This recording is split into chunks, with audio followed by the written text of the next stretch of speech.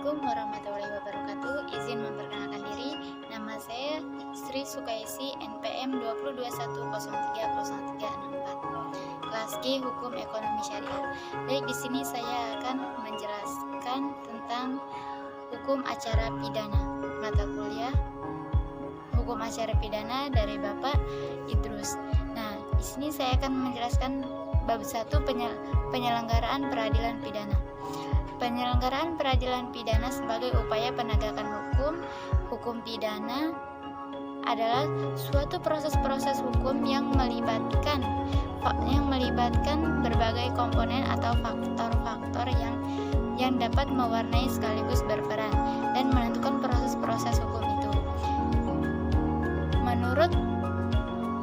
Menurut Crime Control Model, tindakan prinsip praduga bersalah, penentuan fakta informal, efisien rasa bersalah menurut fakta. Menurut Family Model adalah merupakan kritik terhadap kedua model sebelumnya. Nah, selanjutnya bab 2 sepantis perkembangan hukum acara pidana di Indonesia. Hukum acara pidana di Indonesia dimulai dari masa penjajahan Belanda terhadap bangsa Indonesia. Sementara itu, sistem hukum Belanda sedikit banyak juga dipengaruhi oleh sistem hukum Eropa yang dimulai pada abad ke-13, yang terus mengalami perkembangan hingga abad ke-19. Perubahan perundang-undangan di negeri Belanda berdasarkan asas koordinasi diberlakukan pula di Indonesia. Nah, asas koordinasi adalah suatu asas yang melandasi berlakunya hukum Eropa atau hukum di negeri Belanda pada masa itu untuk berlakunya juga kepada golongan Eropa yang ada di India Belanda. Dengan kata lain, di Indonesia berlakunya hukum perdata asalnya yaitu hukum perdata yang berlaku di negeri Belanda. Selanjutnya bab 3 yaitu pengertian hukum acara pidana. Nah, hukum acara pidana ini adalah sejumlah asas yang peraturan undang-undangan yang mengatur bila mana undang-undang hukum pidana dilanggar negara menggunakan haknya untuk berpidana. Tujuannya dan fungsi untuk hukum acara pidana. Tujuannya, hukum acara pidana adalah untuk mencari dan mendapatkan kebenaran material, yakni kebenaran dari suatu perkara pidana dengan menerapkan ketentuan hukum acara pidana. Nah, secara jujur dan tepat dengan tujuan agar mencari pelaku yang dapat didakwakan melakukan pelanggaran hukum. Nah, fungsi dan tujuan hukum acara pidana yaitu untuk mencari dan menemukan fakta menurut kebenaran. 2. Menerapkan hukum dengan keputusan berdasarkan keadilan. 3. Melaksanakan keputusan secara adil. Nah, selanjutnya yaitu bab 4, tahap-tahap pemeriksaan dalam hukum acara pidana. Maka terlebih dahulu saksi diperiksa oleh penyidikan dengan memperhatikan perlindungan terhadap saksi yaitu tanpa ancaman atau tekanan dan pihak manapun. B. Pemeriksaan terdakwa. C. Pemeriksaan ahli. D. Barang bukti. Dan E. Tuntutan pidana. Selanjutnya bab 9 tentang perihal pembuktian. Pengertian pembuktian. Pembuktian adalah perbuatan pembuktian yang membuktikan berarti memberikan melakukan sesuatu kebenaran, melaksanakan menandakan penyaksian dan meyakinkan. B. Teori tentang pembuktian. Pembuktian menurut undang-undang secara positif atau positif Bewich teori. 2. Pembuktian berdasarkan keyakinan hakim saja.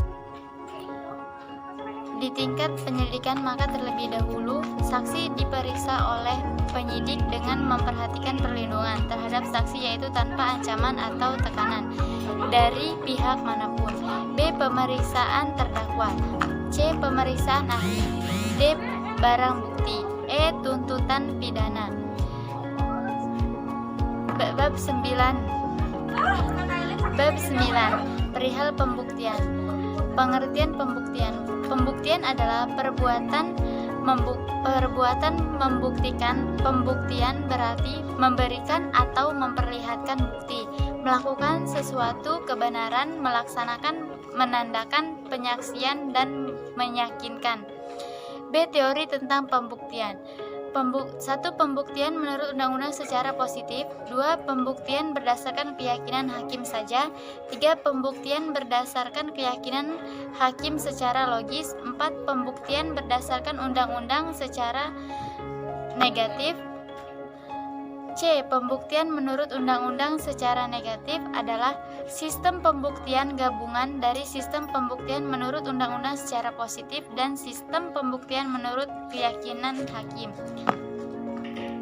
Selanjutnya bab 10, yaitu putusan-putusan pengadilan.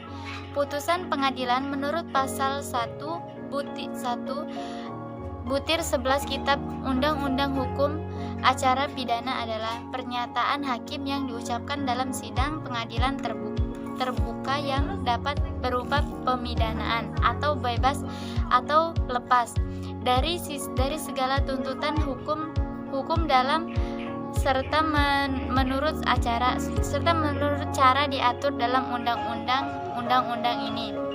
Selanjutnya bab 11, yaitu tentang upaya hukum. A. Pengertian upaya hukum. Upaya hukum merupakan upaya yang diberikan oleh undang-undang kepada seseorang atau badan hukum untuk hal tertentu, untuk melawan putusan hakim sebagai tempat bagi pihak-pihak yang tidak puas dengan putusan hakim yang dianggap tidak sesuai dengan apa yang diinginkan, tidak memenuhi rasa keadilan. B. Upaya hukum biasa terdiri dari banding, kasasi, dan verzet. Banding merupakan salah satu upaya hukum biasa yang dapat diminta oleh yang berperkara terhadap suatu putusan pengadilan negeri.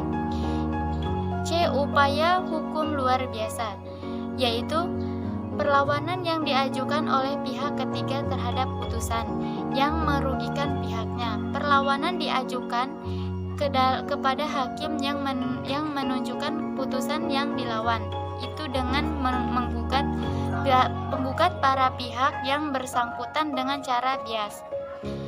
Selanjutnya bab 12, pelaksanaan putusan pengadilan atau eksekusi. Eksekusi merupakan pelaksanaan putusan yang mempunyai kekuatan hukum tetap atau pasti. Artinya, supaya tersebut telah final karena tidak ada upaya hukum dari pihak lawan perkara hukum dari pihak lawan perkara, sehingga yang dieksekusi dapat berupa putusan pengadilan negeri, pengadilan tinggi, kasasi, dan atau pinjaman kembali. Mungkin sekian itu saja yang dapat saya sampaikan. Kurang lebihnya saya mohon maaf. Kepada Allah saya mohon ampun. Saya akhiri. Wassalamualaikum warahmatullahi wabarakatuh.